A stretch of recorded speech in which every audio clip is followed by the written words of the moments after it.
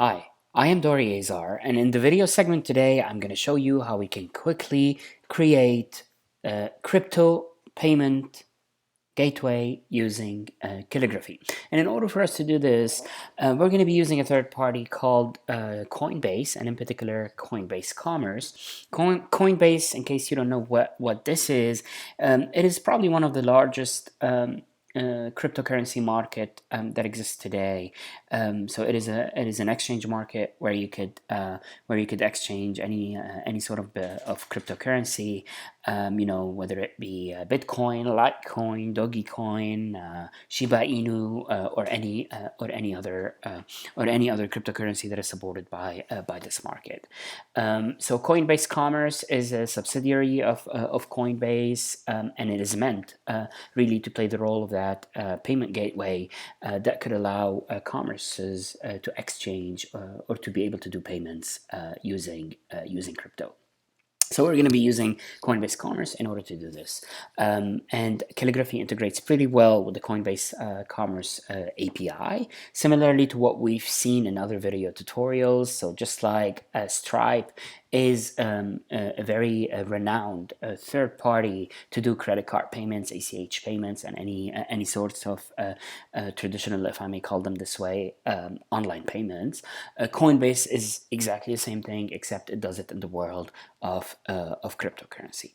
So without further ado, let me go ahead and show you how this could be done. I am currently on the GitHub of Calligraphy Quill, and this is the wiki section of it, where the documentation resides. And in the documentation, it goes pretty exhaustively into how to start accepting cryptocurrency payment with Calligraphy. And it's as of this video, it is in section 11, which says Stripe and cryptocurrency payment. We have covered Stripe in another video tutorial. In this particular one, we are going to talk specifically about the cryptocurrency payment. So I'm going to go to that section of the documentation that speaks about the cryptocurrency payment, and let's figure out what needs to be done. So the first thing probably that we need to do, which we've done with any third party that we've been using so far with Calligraphy, and that is to do the handshake between Calligraphy itself and the third party. And really, the typical way of doing it is to get the API keys from the third party and inputting them into the environment file that is within the Calligraphy distribution. So let me go ahead and do that. So I'm going to go to Coinbase Commerce. So this is the site for Coinbase Commerce, and as you can see, this is a platform in itself. And what we care about at this stage would be really to get the API keys that we need. So I'm going to go to the settings in here, and within the settings, there is a section called security, and you can generate as many API keys as you need. I'm just going to pick one out of the ones that I have.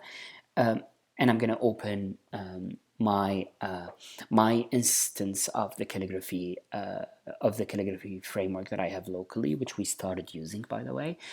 So this could be done as if it's a fresh installation of Calligraphy. Now, in my case, I started doing some previous tutorials, so it might not be entirely fresh, but it would work as well if it's a fresh installation of Calligraphy. So I'm going to go to the .m file, which has all all the environment variables that we need, and one of them that we're going to add right now is the crypto pay key, which really is that API key that we just copied from Coinbase Commerce. Great. So now that we've done the handshake, the immediate next thing that we need to do is to, and I'll go to the documentation, is to actually create a controller in order to control, or in order to be able to transact with that API. So I'm going to go ahead and do that. We're going to create a controller, typically just like any controller that we create in Calligraphy. It would go under the controllers folder that's in the application server-side folder, and I'm going to go ahead and create a new file. Let's call it crypto controller PHP, and typically we need to open obviously the PHP brackets when we start a controller, and if you are not sure what I'm doing in here, I would strongly advise you to read the documentation about controllers, or to watch some of the of the tutorial videos that we've done in the past about controllers themselves. Okay, so what we need to do is we need to use the Calligraphy controller that comes out of the box with Caligraphy. That is the parent controller that Calligraphy offers us, which has a lot of features. So it would be great if we can use it and inherit it automatically. And the way to do that is by calling it and importing it into this file, which is done using the use or the namespace use Calligraphy controller. All right. Now, controllers in Calligraphy are all classes, and in this particular case, so we called it crypto controller, and we wanted to extend that parent controller that comes out of the box with Calligraphy. Okay. And here we go, we have our class that is ready to be used. And just like any class in the object-oriented world, we're going to create functions in there, and those functions within a class, in this particular case, or methods, because eventually we're going to instantiate an object.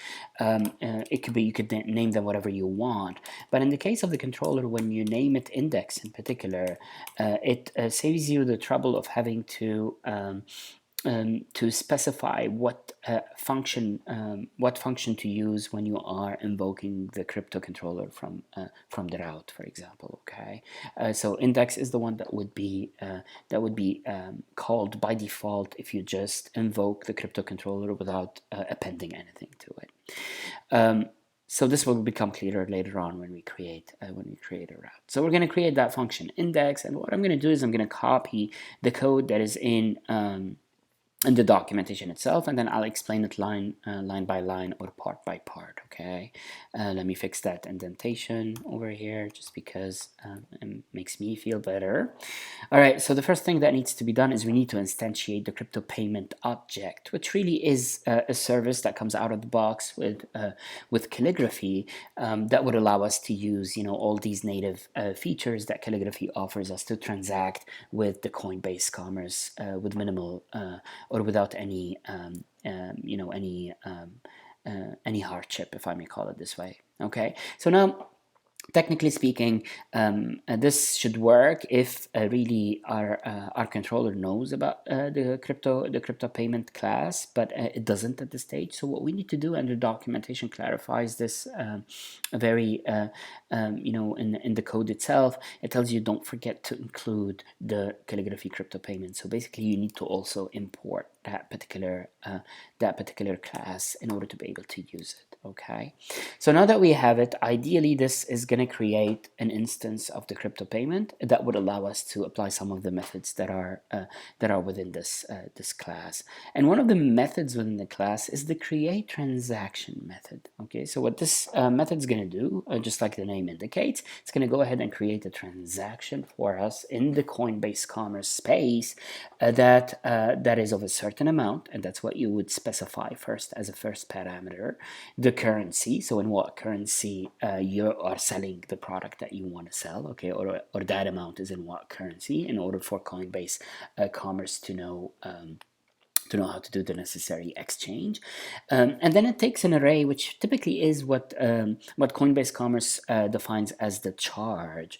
And the charge is really a combination of the product name and the description of it. Okay, so at least those are the three main required parameters that this method needs. Okay, in this particular case, let's change the name to make it something more relevant, or something that is more relatable to us. So let's say it's a T-shirt. Okay, and in the description, let's just say this is a beautiful T-shirt. Okay, just for things to be clearer for us. And then after this, a view is returned. Okay, and that view, when it gets loaded, we send to it what we're calling the crypto URL, which is a URL that is gonna help the user through a workflow to complete the transaction. So what you need to understand here is that what we're doing with Coinbase Commerce is we are actually using a checkout, a pre-built checkout mechanism that is completely hosted and maintained by Coinbase Commerce. And what we're doing as part of Calligraphy is we're creating that charge or that checkout page, and we're making it available by providing it with the information that we need in order to sell whatever product we have. Okay, so we give it the amount, and then the checkout process is completely handled by Coinbase Commerce. So that's exactly what this method is doing, and there's nothing more that needs to be done other than checking how we're going to display that trigger button that is going to trigger the flow on the index page in this particular case. Okay, why? Because we're returning to the index page, so that's typically where the button is going to be. So let's go ahead and see that. But before I do, I'm going to go back to the documentation, because there's something else that needs to be done in the view itself, and that is we need to include that button that we've been talking about, right? We need that trigger button to appear on the index page. So what we're going to do is I'm going to copy this include statement over here, and I'm going to go to the index template, which ideally is in the default folder in the views of the server-side application. Okay, so let's go to the views folder in here, and inside the views folder we're going to go to the default folder itself, and inside of it we should see an index template, which is a pug template. If you are not familiar of how views are handled with Calligraphy, I strongly advise that you go check the views documentation. Remember that Calligraphy is a model view controller architecture framework. Okay, so it relies on these three main principles, being the model, the view, and the controllers. So if you have trouble understanding what I'm talking about, I would advise you to go check the documentation on these three main entities in order to really understand how things are built. All right, so I'm going to go to that index.pug, which is a template, which is a template built using a pug engine, which is a slight variation on how HTML is typically written. So I'm going to go into this index, and you will see this is very similar to HTML, except that it doesn't use HTML tags. It uses a slightly different notation with indentation, and that's the only difference between the two. And I am adding this crypto payment in here to include it, which is exactly the one that we just copied. And then the crypto payment template is actually, if we look at it, in the modules folder. So if I go to the modules folder, there is another template in here, or another component called crypto payment. And if I open it up, it is in fact a button. Okay, how do I know that it's a button? It's an href here. So it's an a tag from HTML that has a class button and button primary. So it is somehow a link or a button that would open that would help us open the cryptocurrency flow. Okay, and the name of that button happens to be Pay with Crypto. If you want to do any changes to it in terms of look and feel, or in terms of even changing the name of it, it's done from this template itself. Okay. All right, so now that we've seen the button itself, and we know that the button is going to be in the index, which is by default the homepage of the Calligraphy framework, so the homepage that comes out of the box if you haven't made any modifications to it. Or even if you have, for as long as you still have the index file, you can go ahead and place it in there. Okay, and then let's see what this gives us. I'll go back now to the crypto controller. If you want to create your own page, feel free to do that. Just make sure, and by page I mean your own template. Make sure to create your own view. Change the the location and the template name in here, and then you'll be all set. Okay, for demo purposes, I'm not going to do that. I'm just going to use the index file for it.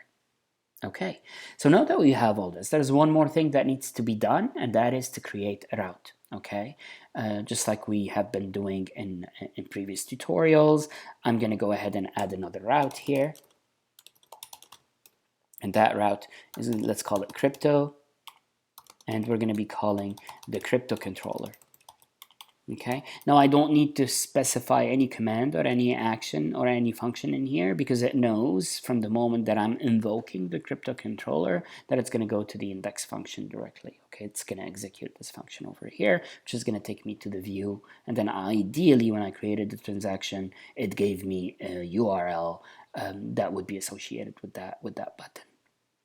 All right, so now, so far we're doing well. What I would also like to do, but maybe we'll do it a little bit later. Let's go check first if this is working. So I'm going to go to my local host. I'm going to go to my calligraphy, and then I'm going to type crypto. And ideally, this should give me something. It should take me to the homepage of calligraphy itself, which is this. And then, of course, there's this button, which is in the middle of nowhere. Which is fine for the purpose of this tutorial. And I'm going to go ahead and click on it to see what happens whenever this button is added. And notice that we're saying pay with crypto, but we're passing on the amount and all of that information about the product into this flow that is created by Coinbase. So notice that now the URL changed, and we are in a world that is hosted by Coinbase Commerce, and we see all the details that that we passed on to the checkout flow, and that would be the name of our product, the description, as well as the amount in US dollars. And notice that the way Coinbase Commerce does all of this, it gives you two possibilities really. So it gives the user, whenever the buyer gets onto this page to pay you, to pay your business, what's going to happen is they're going to choose the cryptocurrency that they want to pay in. So it could be Bitcoin, Litecoin, Ethereum, USD coin, or any other coin that Coinbase would support, and you can actually activate and deactivate the ones that you want based on whether or not you have a wallet or you have based on whether or not you have a wallet within Coinbase to actually receive this type of cryptocurrency. So just for the sake of the demo, let me try Bitcoin, for example. So when I go to Bitcoin, notice that it generates an address for us, which really is our account here and our account as sellers for receiving Bitcoin payment, and it could be done, by either taking this address or by taking a snapshot of a QR code in here, and then the user or the buyer could immediately transfer money from their own account or their own BTC address to our BTC address. And notice the timer. So this will remain active for 1 hour. Beyond that hour, if no money has been transferred, then the transaction is not completed. So that's one way of doing it. The other way of doing it is if it happens that the buyer has an account with Coinbase, meaning it also deals with Coinbase as the primary market or the primary holder of their wallets, regardless what sort of coin or cryptocurrency they have. Then, if they deal with Coinbase, consider Coinbase just like any bank. Then they have credentials of their own, so they could use their Coinbase credentials in order to transfer money from their account to our account. Okay? So voila. So this is how payment is actually done in using cryptocurrency. It's not that much difference from credit cards. The only difference between the two is that this requires the buyer to be more proactive than in a typical credit card transaction, right? In a sense that they have 1 hour to make sure that they do this transaction, and if they don't, of course, the transaction gets canceled automatically, which means from a seller perspective, now you got to make sure and you got to keep checking whether or not the payment has been received, and only when the payment has been received you can actually transfer or you can actually send the product to the buyer. But from the moment the transaction happens, the money is immediately debited in a couple of seconds to your account. Okay. All right, so I'm going to close out this checkout process over here. And what I'm going to do now is I'm going to go back to the documentation a little bit and go through the other methods that the Calligraphy service gives you in order to be able to interact with the Coinbase Commerce. So we've seen the create transaction, okay, and over here you have a more detailed a more detailed specification on what else or what other parameters it could take. So you can add any metadata to the transaction that you might need or you might want to keep track of if you would like to, and that would be an array of variables that you would define. You can also define a redirect URL whenever whenever the transaction is successful. Then it would take you to a different URL. And same thing if the transaction is not successful or it has been canceled, then you could specify your another URL for the cancellation. Okay, so that's typically how or what the create transaction is. Canceling a transaction, which requires the name of the charge or the name of the transaction, is actually a way for you to immediately cancel and not wait for the timer to be done. Okay, so that's what cancel transaction gives you. Get charges, it gives you all the charges that have been recorded on your account, on your Coinbase account, no matter which cryptocurrency is.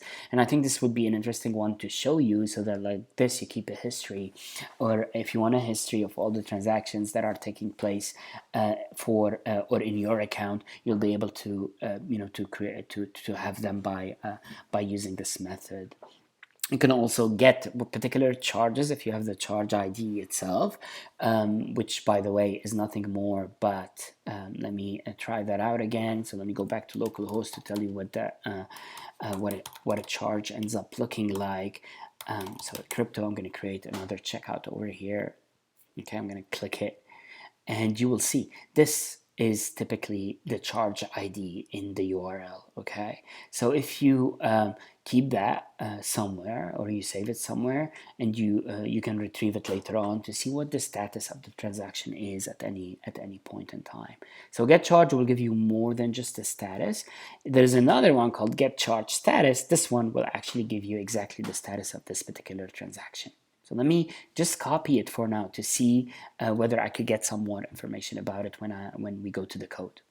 So let's go and try to do that. Let's create another function in here, and let's call it just something like crypto test, just for the sake of testing some of these methods. What we're going to do in here, we always need, remember, to activate our crypto payment if it hasn't been activated within the scope of the method. And what we're going to do next is we're going to just dump, meaning echoing something directly on the screen. And what we're going to dump is the get charges. Okay, so let's call the get charges over here, and we're going to call it on our new crypto. So it's going to be crypto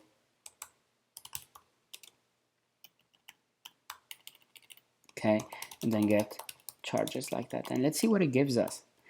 Of course, we need to I put an equal by mistake. We are going to need to sometimes between the equal and the dash. So remember, this is an object, and then we're calling the method within that object, and that's the way it's done in PHP. So now we're going to need to create a route for this crypto test. So I'm going to just copy this one, paste it underneath. Now I'm going to create a crypto test endpoint, and we're going to be calling the function or the method crypto test. Okay, so now let's go to our, let me go back, and instead of crypto, we're going to do crypto test, and let's see what it gives us. Okay, so it seems like, of course, there's a pagination, and this is the data. So we have a bunch of transactions. Of course, I've done several ones before. Let's go to transaction 24. That seems to be an older one. It was done on the 20th of October. So let's go, maybe it's to 0. This was done in November 5 at probably around this time right now. So this might be ours. This is our t-shirt, if you remember. That's the latest one that we just created. And let's try and find the ID somewhere that is not encrypted. You see that. Is there a charge ID somewhere? So let's see, those are the addresses, all of them. Exchange rate, fee, this is the hosted URL, which seems to be different than the previous one. I'm going to open the last two over here. Voila. This is the one that we just saw, that we just opened. It was GEE something, and I think I copied it. No, I lost it. So let me go back here, but that's the one that we created not long ago. It's also for t-shirt, and that's the code for it. And the previous one was MCAF something, okay? So now notice there's a lot of information in here about all the transactions that happened in our account. They are actually sorted from the latest from the latest first, or the most recent first. So what I'm going to do now, I'm going to go back to my previous to the code itself. And what I'm going to be doing is to the crypto controller over here, we're going to get the status of a particular one. So I'm going to call one of these methods in here that says get charge status, and I'm going to dump another. Sorry, I'm going to go back to my code, and I'm going to not do this anymore. I'm going to replace it with get charge status, and we're going to get the charge status of this transaction that we created not long ago. And of course it needs to be a string, so let's string it out. And let's see what this one gives us. And I believe that's the charge ID. It might need something else, but let's give it a shot to see if that's the case. All right, so it says new, which is in fact a new transaction, right? It hasn't been canceled, it hasn't been processed, it's still new, it's still active. So let's go ahead and cancel this transaction and see what it gives us. So now I'm going to use another method from our documentation, and what I'm going to try to do, I'm going to cancel this transaction. So I'm going to say crypto, I'm going to cancel transaction. Which transaction is it? It's this one over here with the same charge ID or code. And I'm going to dump it again to see how how the status changed. Okay. All right, let's go ahead and do this. All right, it was new. Then I canceled it, and upon cancellation, it outputted the information for me again. And now I got the status again, and it said canceled. Okay, so now I canceled this transaction. That was the GEEXECHM. So what does it mean it got canceled? So now if I try to go back to the commerce and then charges and then GEE, what happens to it? It's canceled. Okay, you notice that the checkout is no longer a valid URL.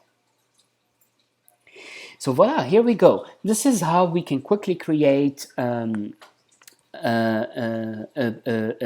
cryptocurrency payment or a cryptocurrency gateway directly with Caligraphy, with very minimal lines of code. Everything is being hosted by Coinbase, so you don't have to worry about the security or the security of the transaction, or even all the subtleties of dealing with blockchain.